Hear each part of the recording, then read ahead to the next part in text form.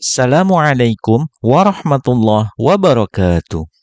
Indonesia, negeri yang masih tergolong berkembang dalam hal teknologi. Namun, soal sumber daya alam, Indonesia sangat dipandang dunia. Dengan sumber daya alam terbesar kedua di dunia setelah Brazil, Indonesia memiliki potensi luar biasa. Di sektor tambang, Indonesia memiliki peringkat tinggi, terutama di Kabupaten Timika, Papua, di mana PT Freeport mengelola tambang yang sudah lama menjadi perbincangan terkait bagi hasil dengan Indonesia. Lalu bagaimana dengan nasib Indonesia jika tambang emas terbesar di dunia ini dikuasai oleh Amerika selaku negara asing? Apa langkah pemerintah Indonesia selanjutnya? Akan kita bahas tuntas dalam video kali ini. Namun sebelum melanjutkan, jangan lupa untuk subscribe terlebih dahulu channel ini agar tak ketinggalan info menarik lainnya. Salah satu perusahaan tambang terbesar di dunia, PT Freeport Indonesia atau PT FI, telah berdiri sejak April 1967 dan mengelola kekayaan alam di Mimika, Papua. Freeport Indonesia adalah bagian dari BUMN sektor pertambangan yang terdiri dari PT Indonesia Asahan Aluminium atau Inalum dan Freeport McMoran, perusahaan asal Amerika Serikat yang terkenal sebagai produsen terbesar emas di dunia.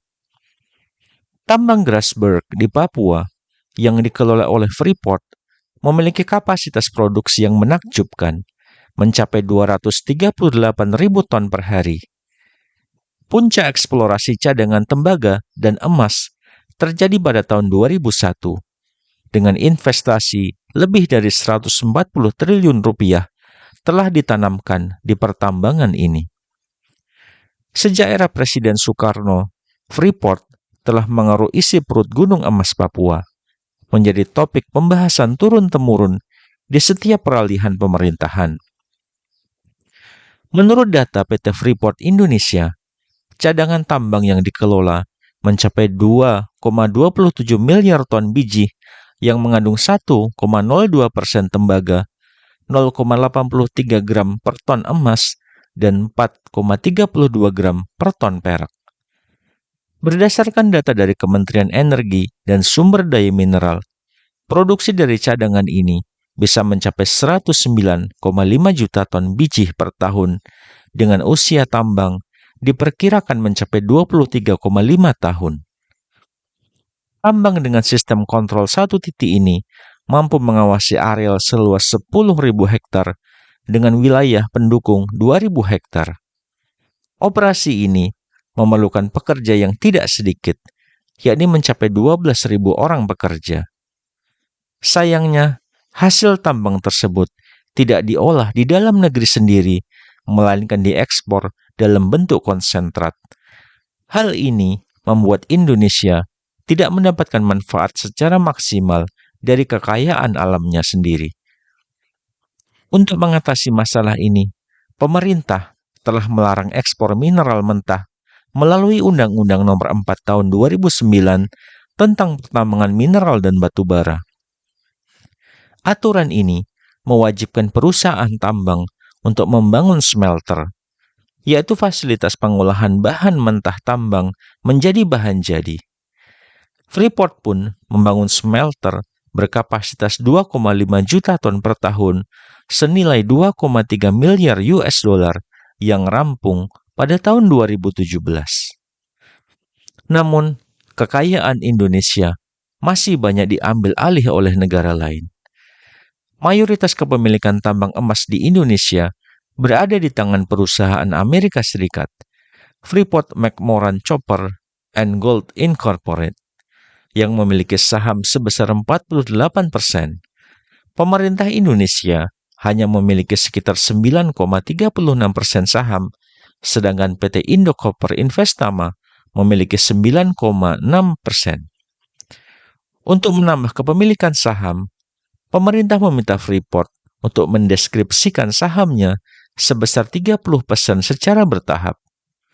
Kontrak karya Freeport yang berakhir pada tahun 2017 menjadi momen penting bagi pemerintah untuk memperpanjang negosiasi. Menurut undang-undang, perpanjangan operasi hanya boleh diajukan paling cepat 2 tahun sebelum kontrak karya berakhir, yaitu pada tahun 2019. Proses negosiasi intensif yang melibatkan pemerintah, PT Inalum Persero, Freeport McMoran, dan Rio Tinto akhirnya mencapai titik terang. Resmi sudah pengalihan saham mayoritas PT Freeport Indonesia kepada Inalum.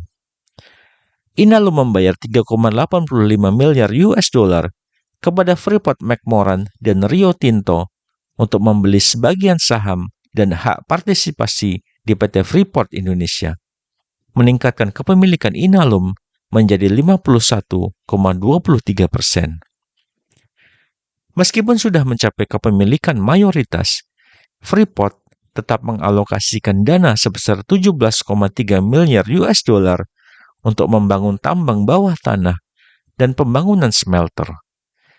Kondisi ini menunjukkan betapa besar keuntungan yang didapatkan dari tambang Grasberg, namun juga mencerminkan ketidakmampuan Indonesia mengelola sepenuhnya sumber daya alamnya sendiri. Indonesia memang negara yang kaya akan sumber daya alam, namun kekayaan ini seringkali tidak sepenuhnya digenggam oleh bangsanya sendiri.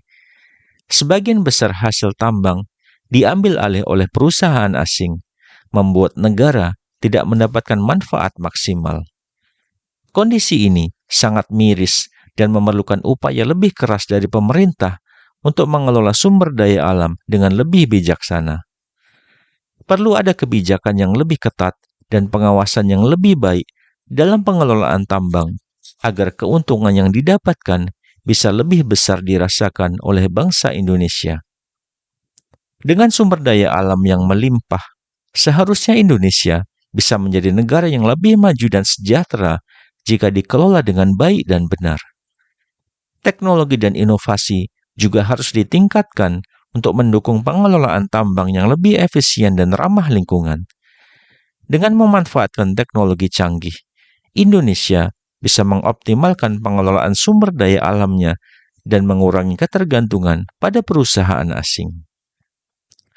Kesadaran masyarakat tentang pentingnya pengelolaan sumber daya alam yang baik juga perlu ditingkatkan.